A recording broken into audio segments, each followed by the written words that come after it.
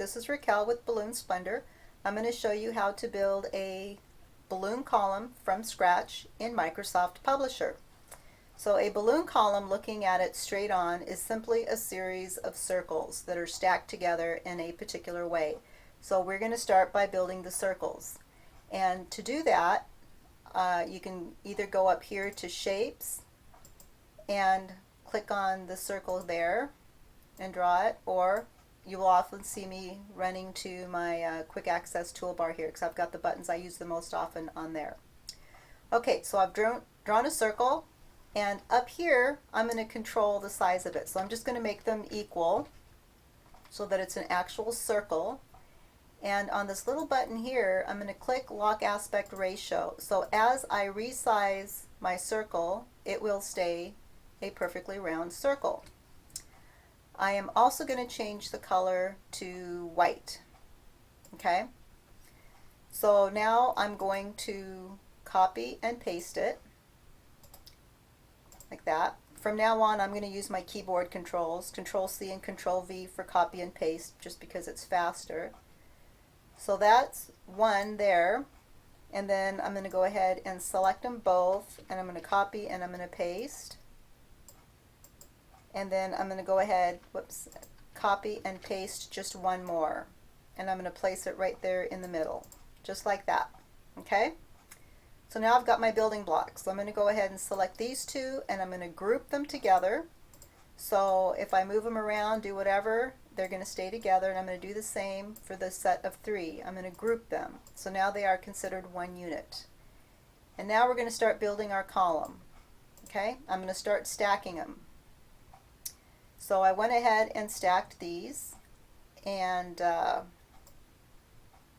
when you think about a balloon column, this balloon tends to be in the front, and these two side ones end up being in the background. So if I click on this, I can control it moving forward and backward. Like this will move it backward, this one will move it forward. Alright, now that looks a little bit more natural. So I can select both of them, and I can do a copy and a paste, and then I can just grab it and drag it up. Okay, just like that. I can grab both of them, and I can use my arrows to control the placing a little more precisely, just like that. So I'm going to go ahead and, actually I'm looking at this one, and this one needs to come over a little bit more, I think. I'm going to go ahead and drop a guide line right here.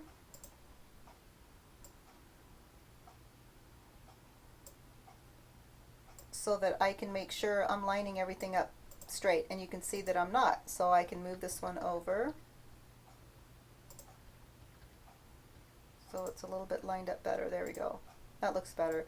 So I'm going to go ahead and select all of these. I'm going to copy and I'm going to paste, and I'm going to drag it up to the next row.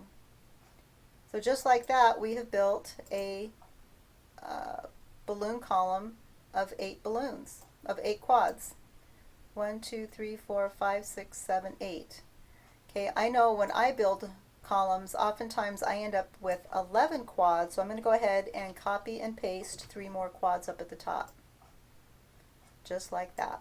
Okay? I'm going to use my arrow button to line it up again. Let's see, am I lining up good? Yeah. Oh, look what I did. This one doesn't go in there. It should be a duplicate. That's why it wasn't looking right. Okay, so it's that easy to build them. But Raquel, I'm not selling just a white column.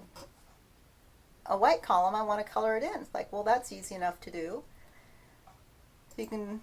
I'm going to go ahead and ungroup all of these by selecting everything, and I can click ungroup. So now they're just a bunch of individual circles again, and I can come in here and I can start doing some fills.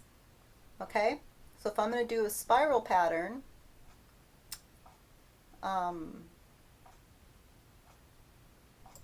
we can go ahead and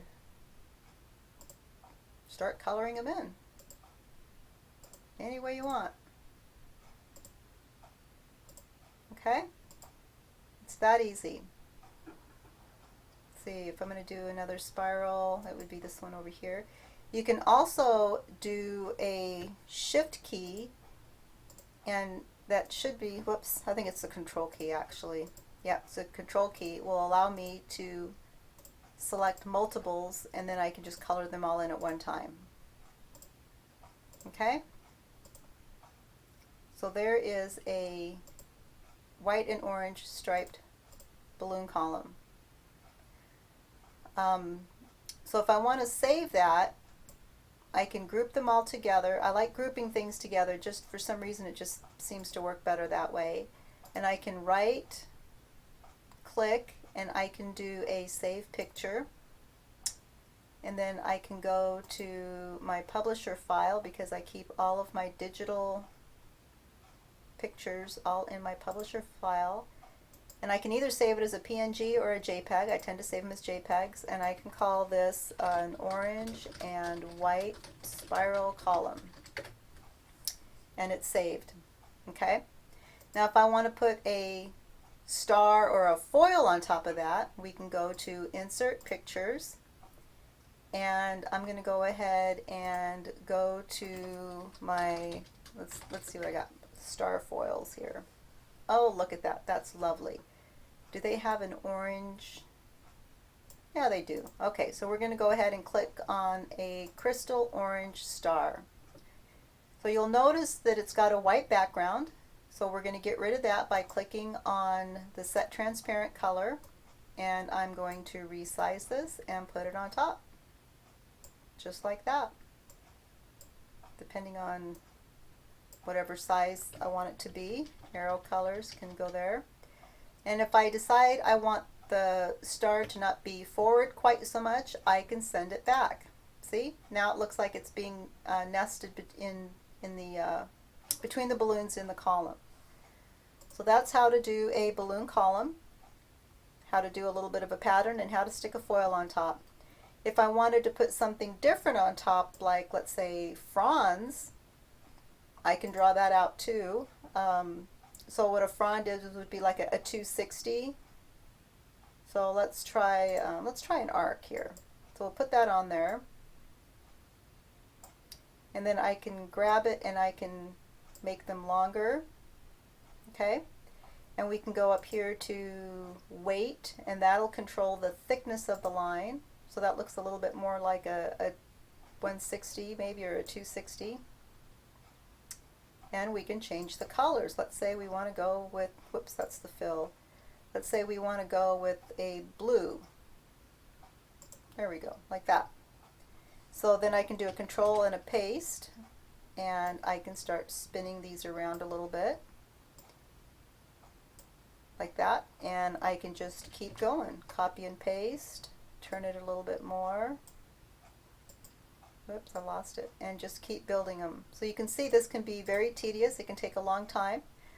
But when your customer wants to see what something is going to look like, copy and paste. I just copied all of them. And I went ahead and twisted them a little bit more. I found that when I can digitally reproduce what I'm trying to sell them, they tend to spend a lot more money. And that's a good thing. Copy and paste, and we can actually turn these around to go the other way also, just like that. And just sit there and reposition them however you want. You can even move these and have them coming out of the column if you wanted to do something a little bit different. I've actually done some design work like this too to see if I thought if it would look good or not. You know, you see how you see something in your mind's eye and you're thinking, oh, that might look cute. And then, you know, you start sticking balloons in random places trying to see if it would look good, and it doesn't, and then you realize, yeah, maybe not.